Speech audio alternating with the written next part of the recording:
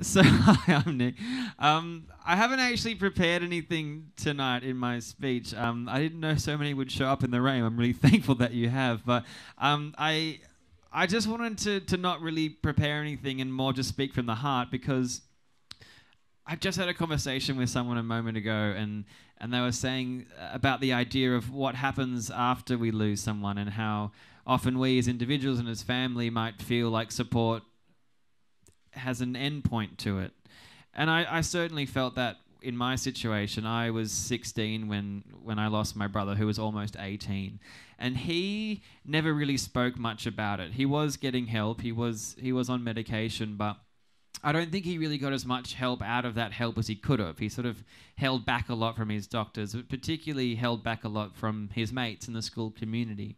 I think he really saw it as a weakness. He was a very athletic guy, very rugby, sporty oriented, the complete opposite of me in every way. But after we lost him, there's a period of time where people come around and they bring flowers and they cook meals and they leave it on the front door and they ring the doorbell and they leave to try to help, and it's absolutely super helpful. I remember the first morning when I learnt what had happened. I didn't actually feel anything. I felt tears go down my face, but I didn't feel anything at all. I just couldn't feel anything. And my two best friends from school came around and we just played Nintendo as if nothing had happened. I just wasn't able to process it.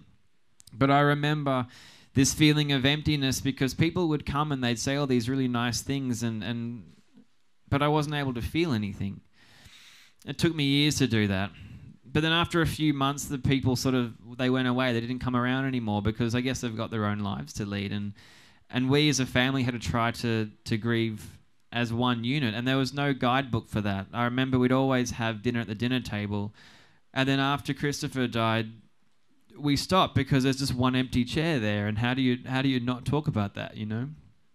And I remember we stopped having Christmas that year as well. And there's just all these little changes that no one really outside the family ever saw. And I think the real problem was that people thought we didn't want to talk about it. They thought that talking about it would make it worse, that it would upset us. And at times maybe it would have. But I felt that people had forgotten about him and I hadn't. I hadn't been able to grieve yet. And I felt that everyone else had already gotten through it and that they'd moved on.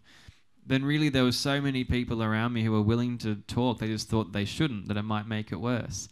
And I think that's the same thing that Christopher went through. I think there absolutely were so many people around him who would have loved to listen to what he had to say and loved to support him, but fear is what holds us back. And it's often the fear of saying the wrong thing or doing the wrong thing that prevents us getting support at all. And when I was unwell, I completely felt alone. And I think the feeling of being alone was as worse as the symptoms of depression and psychosis themselves. And I learnt to first talk about it when I was in an adolescent psychiatric ward when I was 14. And that I had to leave my normal school to go there. And for the first time, I met all these people my own age who in no way were fearful about saying they've had a bad day or that they've had a bad life.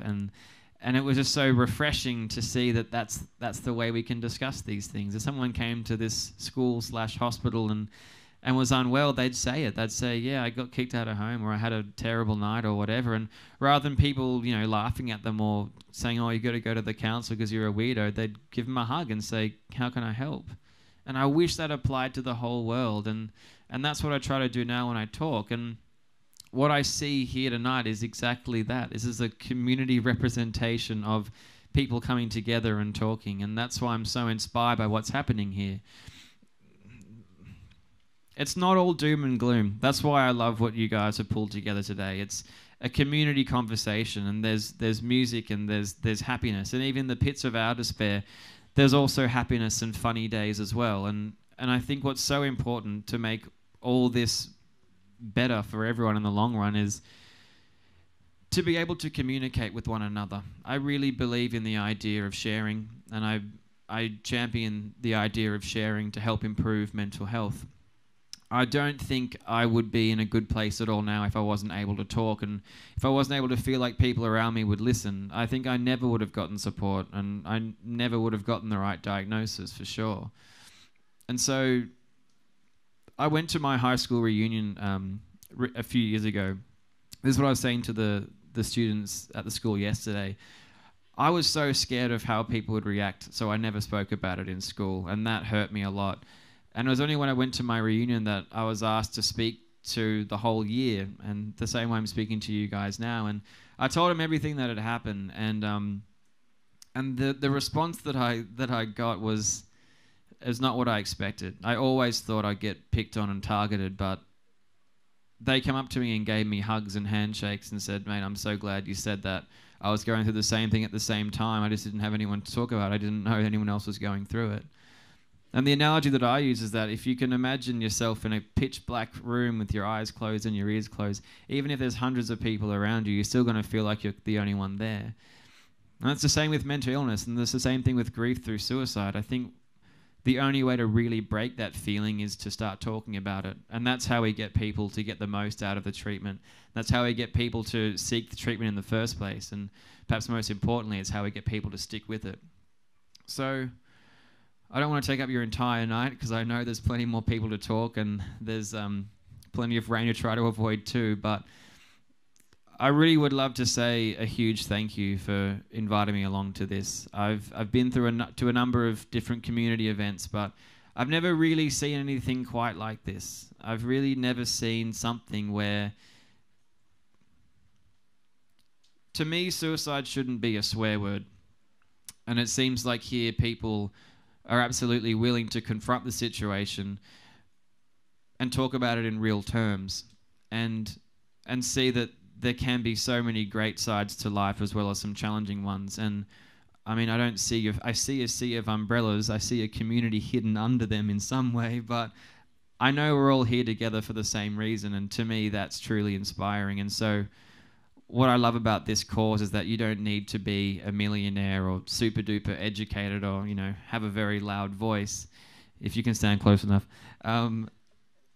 I think everyone can be a part of this on an individual level, and that's what I've seen here today, is that you've got a small group of people who have brought so many more together. And all I'd like to say to finish up, I'd love every single one of you to have a conversation with someone even when you're feeling good and even when they're feeling good, because I think when we wait until things are really, really tough, we don't already have the tools in place to be able to talk. And I have a lot of hope for where we're heading as a country.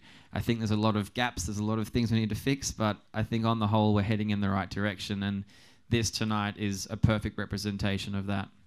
So thank you very much for listening. Cheers.